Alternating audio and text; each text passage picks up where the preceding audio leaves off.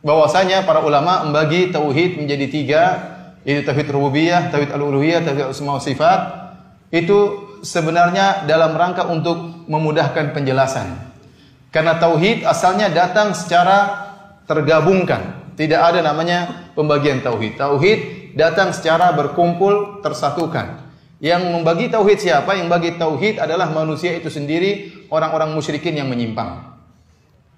Oleh karenanya, tatkala Nabi Adam alaihissalam diutus dengan tauhid, tidak ada pembagian tauhid karena semua orang bertauhid kepada Allah Subhanahu wa taala.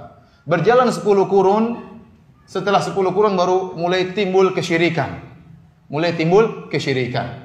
Timbul orang-orang yang mereka percaya adanya Tuhan, adanya Allah Subhanahu wa taala, Allah sebagai pencipta, Allah sebagai pemberi rizki, namun mereka beribadah kepada selain Allah, menjadikan selain Allah sebagai perantara antara mereka dengan Allah. Sehingga mereka terjerumus dalam kesyirikan dalam tauhid al-uluhiyah. Dari sini timbullah syariat membagi tauhid dalam rangka untuk menjelaskan mana poin yang keliru. Jadi maksud saya, bagian tauhid itu datang secara otomatis karena terjadi kerusakan yang terjadi. Karena timbulnya kerusakan dalam sebagian poin daripada tauhid. Sebenarnya kalau tidak ada penyimpangan, tidak perlu pembagian tauhid. Karena tauhid datang bukan untuk dibagi-bagi, tapi dia datang dalam satu kesatuan. Kapan terjadi pembagian tauhid? Tatkala timbul penyimpangan dalam sebagian kondisi dari tauhid. Oleh karenanya datanglah syariat untuk menjelaskan mana yang salah dan mana yang benar dari kondisi orang-orang yang menyimpang tersebut. Oleh karena Allah Subhanahu wa taala berfirman, "Wa ma yu'minu aktsaruhum billahi illa wa hum musyrikun." Tidaklah mereka beriman kepada Allah kecuali mereka berbuat kesyirikan. Kalau antum buka buku tafsir tentang ayat ini di akhir dari surat Yusuf, maka tidaklah kata Allah, "Wa ma yu'minu aktsaruhum billahi illa wa hum musyrikun." Tidaklah kebanyakan mereka beriman kecuali mereka berbuat kesyirikan. Apa iman mereka? Kenapa Allah mengatakan mereka beriman dan kenapa Allah mengatakan mereka syirik? Allah menggabungkan antara iman dengan syirik. Kata Allah, tidaklah mereka beriman kecuali mereka melakukan apa? Kesyirikan. Tidaklah mereka bertauhid kecuali mereka syirik. Berarti ada tauhid yang benar, ada tauhid yang keliru. Timbullah pembagian. Kenapa? Karena ada yang salah dalam praktek tauhid. Harusnya tauhid satu kesatuan, enggak boleh ada yang syirik dalam satu poin tauhid pun. Yang melakukan penyimpangan, yang melakukan pembagian siapa? Manusia yang melakukan kesyirikan. Iman mereka, kita baca dalam buku tafsir, para salaf menafsirkan iman mereka adalah mereka berkata, Tuhan kami adalah Allah, pencipta kami adalah Allah, sebagaimana firman Allah, "Wala in sa'altahum man khalaqas samawati wal ard la yaquluna Allah." Kalau engkau bertanya kepada mereka, siapakah pencipta langit dan bumi? Mereka akan menjawab, pencipta kami adalah Allah, memberi rezeki adalah Allah Subhanahu wa taala. Kesyirikan mereka menyembah kepada berhala. Dari sini ternyata Allah tetapkan iman bagi mereka, Allah tetapkan tauhid bagi mereka, dan Allah tetapkan syirik. Nah, tauhid mereka ini yang mana? Ternyata dijelaskan oleh para ulama. Tauhid mereka adalah dari sisi rububiyah. Adapun syirik mereka dari sisi tauhid uluhiyah. Jadi pembagian tersebut datang secara otomatis dalam rangka untuk mengobati, memperbaiki penyimpangan yang dilakukan oleh masyarakat. Asalnya tauhid tidak perlu dibagi-bagi. Datangnya pembagian tersebut karena apa? Karena manusia yang telah membagi. Seharusnya manusia mengamalkan tauhid secara utuh, ternyata mereka mengamalkan tauhid secara separuh-separuh. Paham? Nah, jadi kita ulangi, bagaimana Wahabi melihat ketiga ini? Wahabi membagi tauhid itu menjadi tiga. Ada tauhidul rububiyah, ada tauhidul uluhiyah, ada tauhidul asma wa sifat. Parahnya lagi, saudara, dengan pembagian ini akhirnya kalangan Wahabi mengakui kalau ada orang musyrik yang mengakui adanya Allah yang menciptakan alam semesta, walaupun mereka tidak menyembah Allah, itu disebut ahli tauhid rububiyah. Ahli tauhid rububiyah, tapi tidak ahli tauhid uluhiyah. Ini yang ditolak oleh ahlus sunnah. Tolong digarisbawahi. Nah, karena kemarin saya lihat ada yang nyebar video ingin menanggapi apa yang saya sampaikan tentang trilogi tauhid. Terus dia mengatakan bahwa di NU juga ada rububiyah, uluhiyah, asma dan sifat. Dalam surat Al-Fatihah juga ada rububiyah, uluhiyah, asma dan sifat. Dianggap saya ini nggak ngerti surat Al-Fatihah. Nah, nanti kita jelaskan saudara, nanti kita jawab. Jadi jangan dipelintir. Saya tidak menentang rububiyah, uluhiyah, asma dan sifat. Yang saya tentang kalau rububiyah, uluhiyah, asma dan sifat dipilah. Ini nggak boleh. sama seperti rukun iman. Rukun iman ada berapa? 6. Ada iman kepada Allah, iman kepada Rasul, iman kepada malaikat, iman kepada yaitu Al-Quran, kitab-kitab suci dan seterusnya. Saudara, rukun iman walaupun disebut ada 6, tapi nggak boleh kita beriman kepada sebagian, tapi kita ingkari sebagian lainnya. Ada orang mengatakan saya beriman kepada Allah dan kepada Nabi Muhammad, tapi saya nggak beriman kepada Al-Quran. Boleh nggak disebut mukmin? Mungkin mukmin 2/6, karena dia terima 2, yang 4 dia tolak. Apa bisa disebut begitu? Nggak bisa, saudara. Kalau dia tidak menerima rukun iman secara utuh, nggak bisa dia disebut mukmin. Nah, begitu juga rukun Islam. Ada berapa? Ada 5. Yang pertama, pengucapan 2 kalimat syahadat. Yang kedua, menegakkan sholat. Kemudian masih ada lagi puasa Ramadan dan juga zakat serta haji. Terus ada orang masuk Islam, dia katakan cukuplah saya membaca syahadat karena saya banyak duit, saya bayar zakat. Sholat gak wajib itu. Dia tolak kewajiban sholat. Apa boleh disebut muslim? Muslim 2/5? Nggak bisa, saudara. Dia nggak bisa disebut muslim kalau nggak menerima kelima-lima kewajiban daripada rukun Islam tadi, saudara. Soal kalau dia nggak sholat, itu urusan dia dosa. Tapi kalau dia mengingkari kewajiban sholat, saudara, ini bisa membatalkan keislamannya. Batal imannya kalau satu saja rukun tidak terima. Batal Islamnya kalau satu aja rukun Islam dia tidak terima. Begitu juga tauhid. Batal tauhidnya kalau satu aja ada unsur ini dia tidak terima. Kira-kira jelas tidak? Nah, ini sengaja saya mesti hati-hati menyampaikannya, karena banyak orang nggak paham apa beda Aswaja sama Wahabi dalam soal trilogi tauhid. Kelihatannya sama aja, nggak sama, saudara. Aswaja itu menerima rububiyah, uluhiyah, asma dan sifat sebagai unsur yang harus ada di dalam tauhid dan tidak terpisahkan. Satu saja dipisah, batal tauhidnya. Nah, itu yang nggak boleh kita lupa. Beda dengan kalangan Wahabi. Kita urai. Mari kita urai, saudara. Kita lihat di sini apa sih yang dijadikan dalil oleh kalangan Wahabi ini tentang trilogi tauhidnya. Antara lain, saya sebutkan antara lain surat Az-Zumar ayat 3 dan 38. Di ayat 3, saudara, Allah menceritakan tatkala orang-orang musyrik yang menyembah berhala diajak oleh Nabi untuk menyembah Allah dan meninggalkan berhala, maka mereka berkata kepada Nabi, "Ma na'buduhum illa liyuqarribuna ilallahi zulfa." Artinya kami tidak menyembah mereka, mana buduhum, kami nggak sembah itu berhala-berhala, illa melainkan liyuqarribuna, untuk mendekatkan kami ilallah, kepada Allah, zulfa, sedekat-dekatnya. Jadi artinya menurut kalangan Wahabi, berarti orang-orang musyrik di zaman Nabi udah kenal Allah. Dia sebut Allah, ilallah. Berarti mereka sudah mengakui Allah itu sebagai Tuhan, pencipta semesta alam. Hanya saja di dalam menyembah Allah mereka mempersekutukan Allah, menciptakan berhala-berhala sebagai wasilah untuk mendekatkan diri kepada Allah. Ini hujahnya orang-orang kafir kepada Nabi alaihi salatu wassalam. Dan ini dijadikan hujah oleh orang-orang Wahabi. Berarti orang-orang musyrik di zaman Nabi itu punya tauhidur rububiyah. Mereka ahli tauhid rububiyah, tapi mereka bukan ahli tauhid uluhiyah.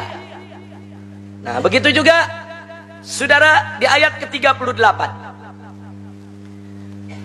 Allah menyatakan kepada Nabi alaihi salatu wassalam dalam ayat ini, wala in sa'alta man khalaqas samawati wal arda la yaquluna Allah.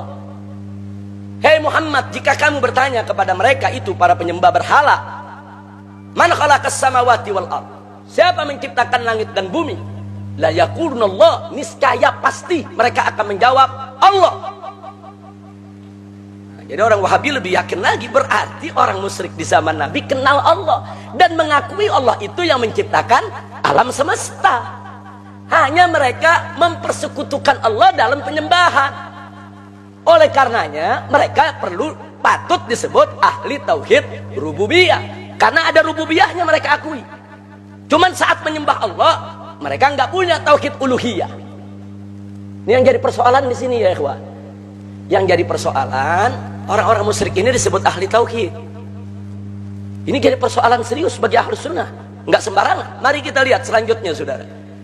Jadi surat Az-Zumar ayat 3 dan 38 tadi menginformasikan kepada kita bahwa kaum musyrikin di zaman Nabi mengakui akan adanya Allah Subhanahu wa taala sebagai Tuhan pencipta alam semesta. Kalau begitu, saudara, mereka adalah ahli tauhid rububiyah dalam pandangan Wahabi. Dan dalam surat Az-Zumar ayat 3 dan 38 tersebut juga menginformasikan bahwa kaum musyrikin di zaman Nabi masih tetap mempersekutukan Allah Subhanahu wa taala, sehingga mereka bukan ahli tauhid uluhiyah. Nah, kita sepakat dengan Wahabi, mereka bukan ahli tauhid uluhiyah. Oke, kita sepakat. Tapi kalau mereka disebut ahli tauhid rububiyah, ini persoalan serius karena digarisbawahi oleh Aswaja. Bagaimana kafir disebut ahli tauhid? Ini nggak pernah terjadi. Di zaman ulama salaf kita, orang kafir disebut ahli tauhid, walaupun yang dimaksud hanya tauhid rububiyah. Kira-kira jelas tidak? Ini pelajaran akidah agak ngejelimet sedikit, tapi makanya mesti fokus. Nah, ini perhatikan, tolong fokus betul ini pelajaran ya kawan. Ini yang kita tolak. Nah, jadi jangan dipelintir. Ini ustadz-ustadz Wahabi ini di YouTube dipelintir seolah-olah yang saya tentang Habib Rizik nggak mengakui rububiyah, Habib Rizik nggak mengakui uluhiyah, Habib Rizik nggak mengakui asma dan sifat. Kalau saya nggak akui, saya udah kafir. Itu kalau nggak ngakui tiga-tiganya udah kafir pangkat 3 itu. Jangan, bukan itu. Saya tidak menentang uluhiyah, rububiyah dan asma dan sifat bagi Allah. Yang saya tentang kalau rububiyah dan uluhiyah dipisah. Akibatnya begini. Ini yang kita tolak. Nggak bisa orang kafir disebut ahli tauhid. Tunggu dulu, saudara. Kira-kira jelas tidak? Baik. Nah, sekarang mari kita lihat lagi. Nah, sekarang ini implikasi hukum kepada orang musyrik disebut ahli tauhid. Nah, sekarang bagaimana implikasinya terhadap muslim yang bukan Wahabi? Mari kita lihat. Kita nih Asy'ari. Asy'ari mengakui akan adanya Allah Subhanahu wa taala sebagai Tuhan pencipta alam semesta dan sebagai satu-satunya Tuhan yang berhak disembah. Betul. Menurut Wahabi, kita ini Aswaja, Asy'ari adalah ahli tauhid rububiyah dan uluhiyah. Nah, kita diakui nih sebagai ahli tauhid. Kita semua diakui sebagai ahli tauhid. Tapi tauhid apa? Rububiyah dan uluhiyah. Nah, sekarang Wahabi melihat bagaimana akidahnya kaum Asy'ari. Asy'ari tidak mengakui bahwa Allah Subhanahu wa taala punya tangan, punya kaki, punya betis, punya wajah, punya mata, serta duduk, lari, naik, turun dan tertawa seperti makhluk. Asy'ari nggak ngakui itu. Nah, menurut kalangan Wahabi, kalau Asy'ari tidak mengakui ini semua, berarti kaum Asy'ari ingkar terhadap sifat Allah. Karena Allah yang menyebut dalam Al-Quran, Yadullah, tangan Allah, berarti Allah punya tangan. Ainullah, mata Allah, berarti Allah punya mata. Kenapa kaum Asy'ari mengingkari sifat Allah? Kalau kaum Asy'ari mengingkari sifat Allah, berarti kaum Asy'ari termasuk kaum mu'attil. Apa itu mu'attil? Yang meniadakan sifat Allah. Kita disebut mu'attil. Saudara, disebut kelompok yang meniadakan sifat Allah. Sehingga menurut mereka, kita ini Asy'ari, saudara, yang tidak mengakui tentang isbatnya tangan, kaki, wajah, muka bagi Allah, kita disebut bukan ahli tauhid asma dan sifat. Kesimpulannya apa? Kita bukan ahli tauhid. Aswaja ini Asy'ari bukan ahli tauhid, saudara. Walaupun maksudnya bukan ahli tauhid asma dan sifat. Dari segi rububiyah, uluhiyah mereka akui, kita saudara mereka, kita ahli tauhid. Tapi dari segi asma dan sifat, kita dibilang bukan ahli tauhid. Ini yang membingungkan umat, saudara. Orang kafirnya dibagi dua, adalah kafir ahli tauhid, ada kafir bukan ahli tauhid. Yang muslimnya dibagi dua juga, ada muslim ahli tauhid, ada muslim bukan ahli tauhid. Ini saya mau tanya, ini pembagian semacam ini ulama salaf yang mana yang buat? Saya mau tanya saudara, terus terang. Kafir dibagi dua, ada kafir ahli tauhid, ada kafir bukan ahli tauhid. Muslim juga dibagi dua, ada muslim ahli tauhid, ada muslim bukan ahli tauhid. Saya tanya, bingung nggak? Kalau Aswaja simpel. simple saudara. Kalau dia sudah menyebut la ilaha illallah, enggak melakukan kufrun bawah, dia muslim, dia ahli tauhid, titik. Saudara, kalau dia dia terima rububiyah, tapi dia tidak terima uluhiyah, tetap kafir. Dia bukan muslim, kafir. Oh, dia menerima rububiyah, dia menerima uluhiyah, tapi dia nisbahkan sifat-sifat yang tidak layak kepada Allah Subhanahu wa ta'ala. Dia kafir, selesai. Nggak ada itu bagi-bagi. Muslim ada dua, muslim ahli tauhid, muslim bukan ahli tauhid. Orang kafir bagi dua, ada kafir ahli tauhid, ada kafir bukan ahli tauhid. Nah, ini istilah-istilah semacam ini merupakan al-bid'atul kubra, bid'ah yang terbesar sepanjang sejarah daripada umat Islam, saudara.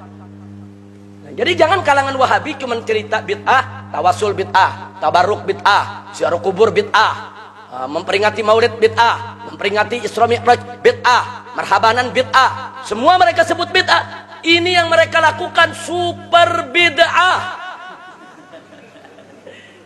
Ya bersihkan dulu dong ini, jangan nuduh-nuduh orang dulu, jangan menudingkan tangan kita ke saudara-saudara kita sendiri dengan menyebut ahli bid'ah, sementara mereka memelihara al-bid'atul kubra. Ini bid'ah terbesar dalam akidahnya umat Islam, menyebut orang kafir sebagai ahli tauhid.